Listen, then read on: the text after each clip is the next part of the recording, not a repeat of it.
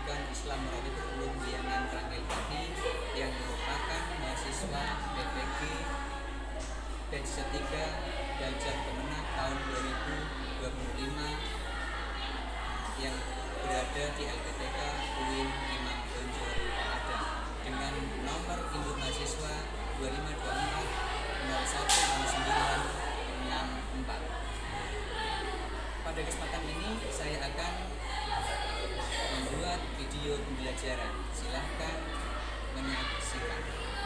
Assalamualaikum warahmatullahi wabarakatuh. Waalaikumsalam warahmatullahi wabarakatuh. Selamat siang anak-anak sekalian. Siang. Semoga siang ini kita semua berada dalam lindungan Allah, dengan rahmatnya, taufik serta hidayahnya, sehingga kita mampu untuk melakukan aktivitas kegiatan belajar mengajar pada siang hari ini. Sebelum aktivitas kita mulai, marilah kita mohon kepada Allah Subhanahu wa taala dengan berdoa wasilah suratul Fatihah. Semoga pelajaran kita pada siang hari ini diberi mudah dan lancaran. Alhamdulillah wa kulli sholihah barakatil fatihah. Bismillahirrahmanirrahim. Alhamdulillahi rabbil alamin. Ar-Rahmanir-Rahim. Maliki yaumiddin. Iyyaka na'budu wa iyyaka nasta'in. Ihdinas siratal mustaqim. Siratal ladzina an'amta 'alaihim ghairil maghdubi 'alaihim waladdallin. Rabbighfirli wa liwalidayya wa lil mu'minina amin. Oke anak-anakku yang berbahagia, sebelum kita mulai pelajaran kita cek kehadiran masing-masing. Apakah semuanya hadir atau ada yang izin? Semua hadir? Kita pastikan yang pertama Alisa Putri Wahyu, Aulia Nasyitatul Musdalifah, Jania Sofaul Hayati, Dewi Nawang Sari, Dia Ayu Lestari, Fitria Dewi, Fitri Ayu, Muti Abdul Maulida, Nadia Lavina Yahya, Namira Hasna Waida, Nur Fajriatul Fitria, Yunita Karina, Syahdatul Runaya, Saskia Fitri. Oke, semuanya hadir. Korban. Sebelum kita mulai materi pada perjumpaan siang hari ini, saya bacakan terlebih dahulu tujuan kita untuk mempelajari bab yang kedua tentang sejarah turunnya Al-Quran dan penulisan atau pembuatan Al-Quran.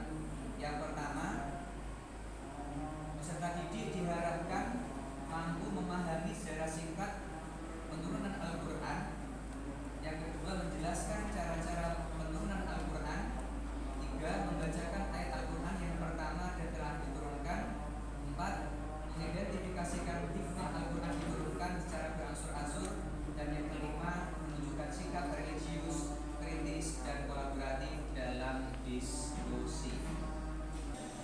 Pada perjumpaan kali ini akan kita bahas tentang bab yang kedua, yaitu sejarah penurunan dan pembukuan Al-Quran. Flashback terlebih dahulu. Untuk bab yang pertama, masih ingatkah kalian semua tentang apa itu pengertian wahyu? Masihkah ingat perbedaan antara wahyu, ilham, dan taklim?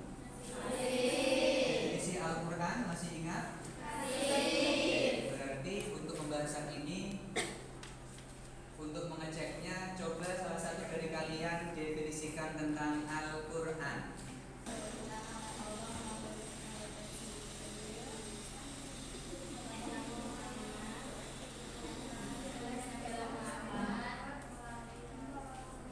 Oke, malaikat Jibril yang di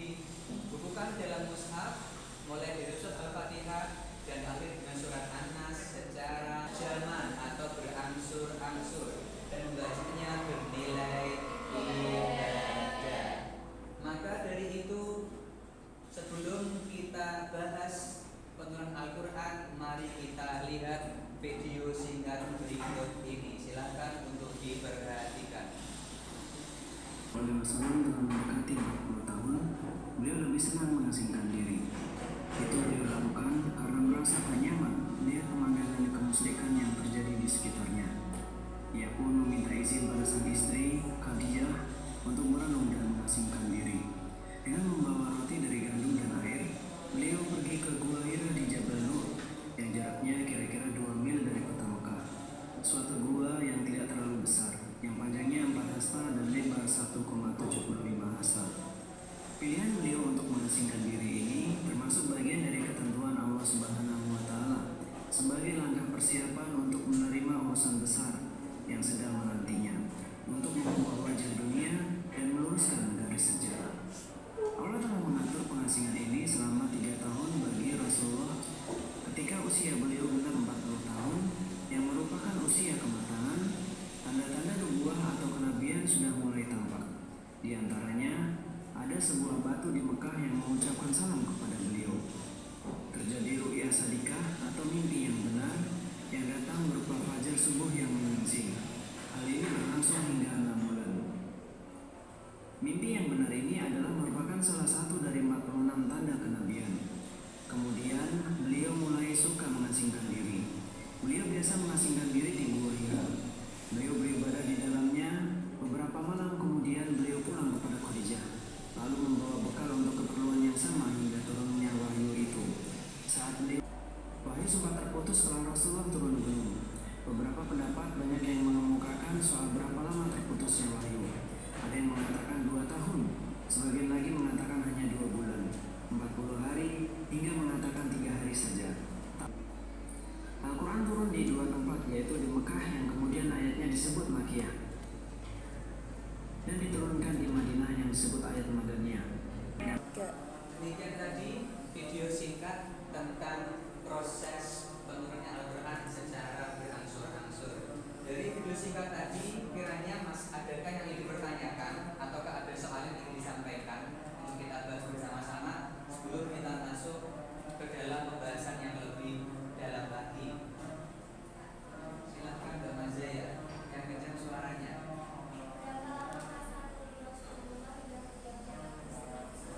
Oke, pertanyaan pertama, masa tunggu Rasulullah hingga beliau diangkat menjadi seorang Rasul. Apakah Waraqah beriman ketika Rasulullah datang untuk menyampaikan apa yang beliau alami ketika di Gua Hira? Ada lagi? Oke.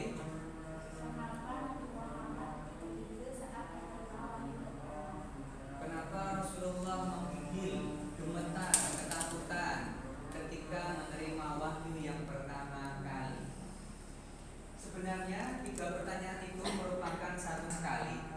Ketika Sayyidah Khadijah mengetahui bahwa salah seorang pembantunya yang bernama Maisarah ketika diutus untuk berdagang dengan Rasulullah, yang ketika pergi berdagang saat perjalanan terus dinaungi oleh awan, pohon-pohon ketika beliau berteduh dengan senang hati menurunkan dahan dan rantingnya untuk menemui beliau, maka Sayyidah Khadijah sudah punya keyakinan karena beliau seorang perempuan yang cerdas bahwa Muhammad kelak nanti akan menjadi seorang Rasul.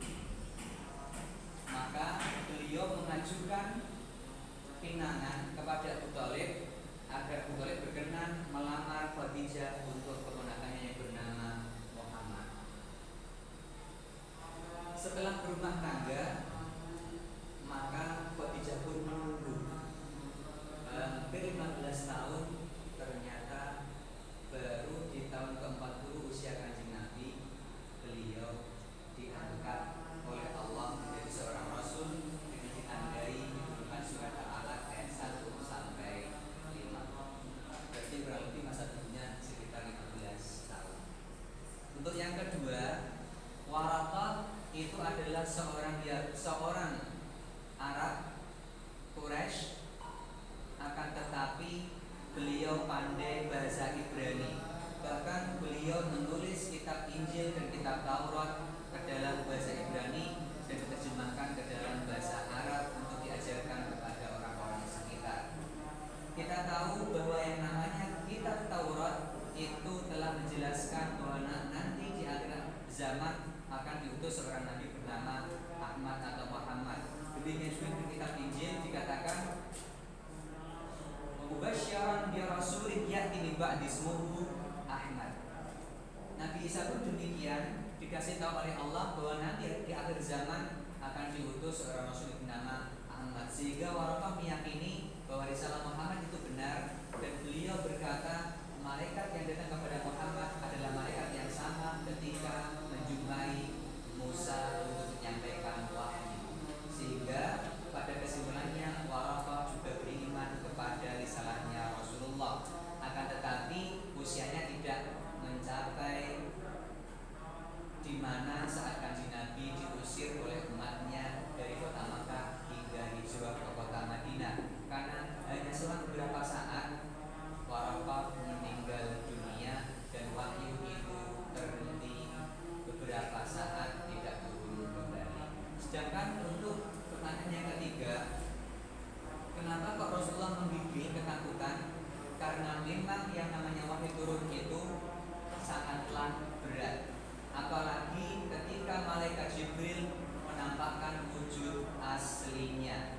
Siapapun orangnya pasti merasa ketakutan, karena bentuknya tidak seperti bentuk kita manusia pada umumnya.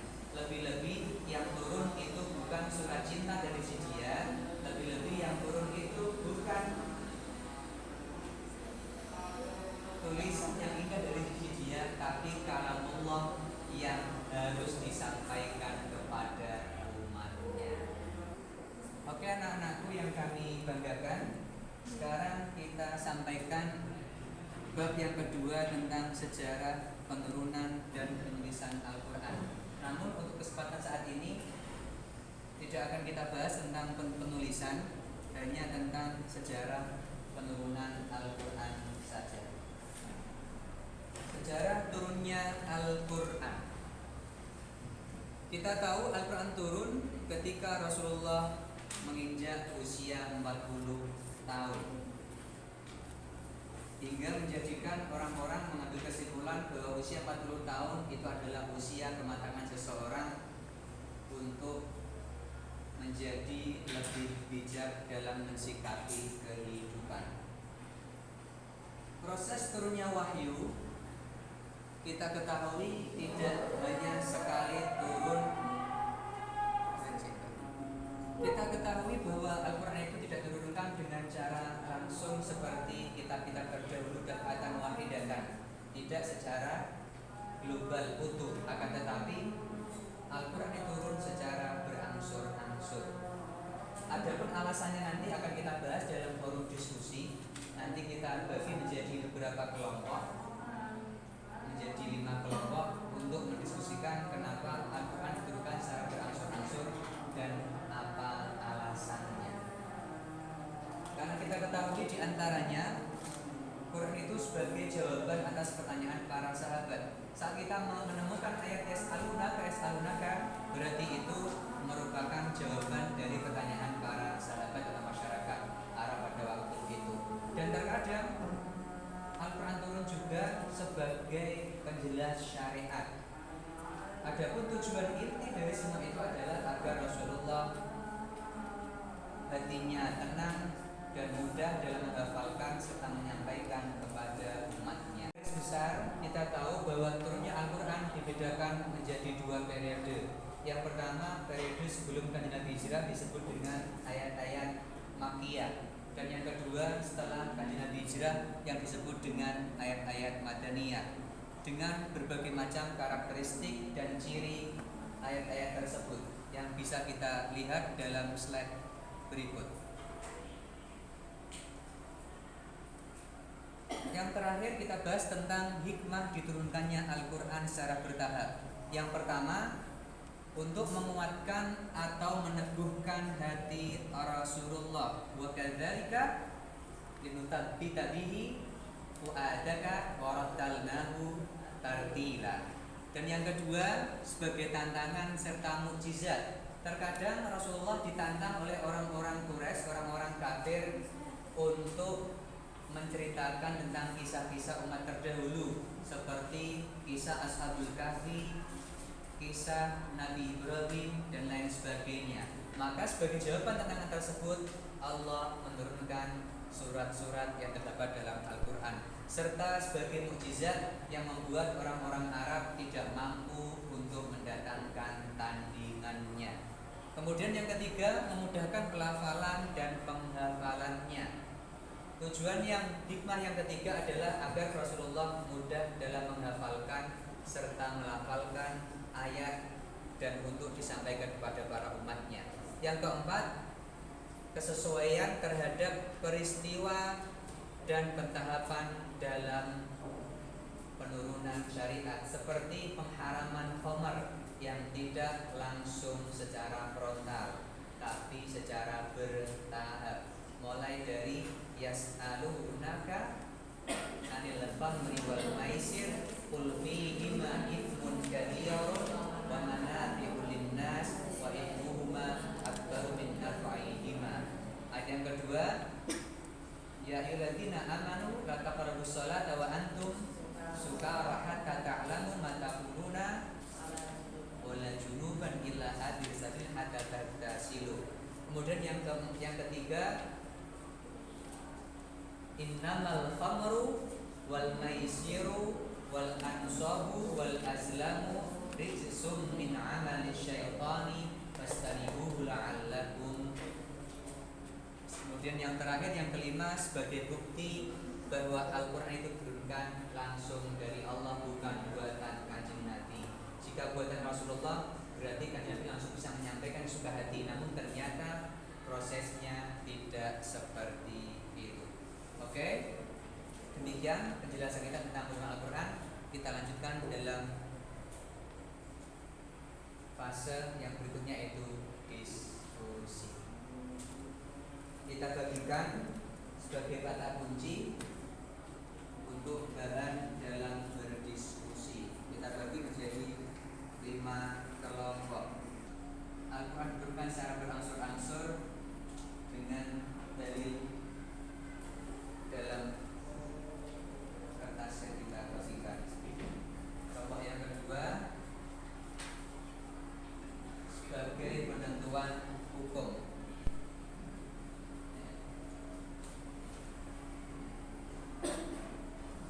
Jawaban atas problematika yang terjadi dalam kehidupan.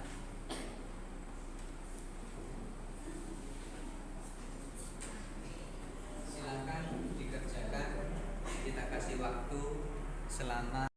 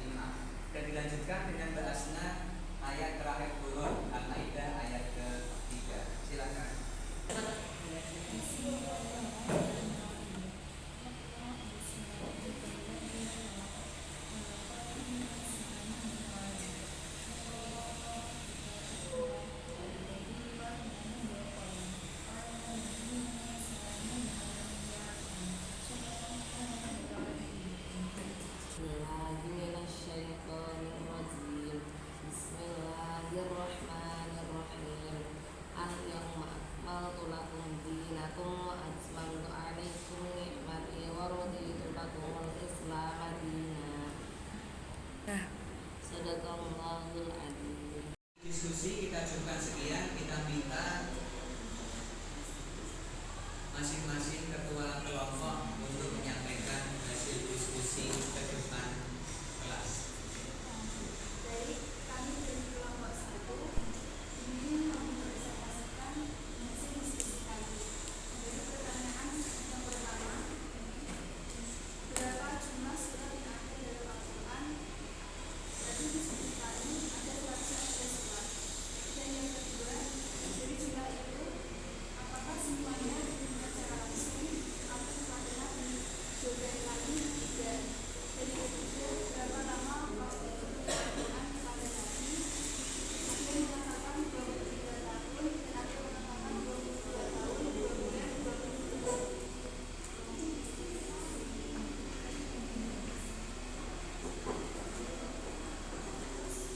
Ambian ayat Al-Quran ayat yang kedua. Waqala alladziina kafaru la nuzila 'alal Qur'ani jumlatan wahidatan dan orang-orang kafir mengatakan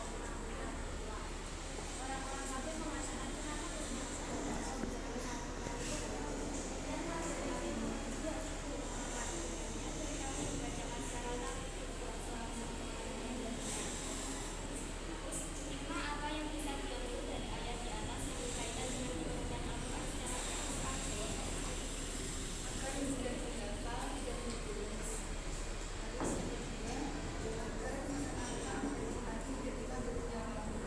Dan yang ketiga, memerlukan hukum sebagai jawaban atas pertanyaan orang-orang kafir Quraisy. Sekian dari kami kelompok 1. Maaf apabila ada kesalahan. Kami pamit. Terima kasih. Assalamualaikum warahmatullahi wabarakatuh. Kita beri aplaus untuk teman-teman kita.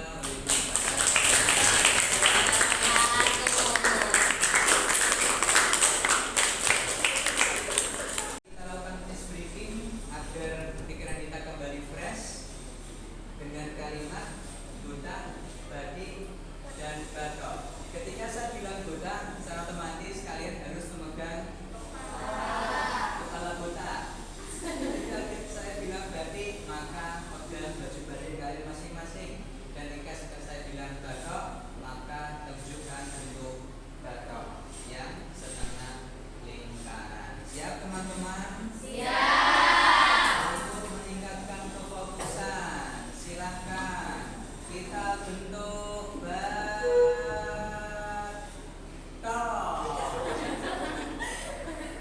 Kita bentuk buta, batik, batok, batik, batok, buta. Sekian perjumpaan kita pada siang hari ini. Tentunya ada yang bisa kita ambil, kita petik perihal diturunkan Al-Quran secara munajaman atau berangsur-angsur. Hal tersebut bisa kita aplikasikan di kehidupan nyata bahwa semuanya butuh proses, tidak ada yang instan. Demikian juga dalam belajar kita butuh proses, tidak ada yang instan. Kita mulai dengan cara berangsur-angsur, sedikit demi sedikit, maka nanti lama-kelamaan akan berkumpul menjadi banyak hingga pada akhirnya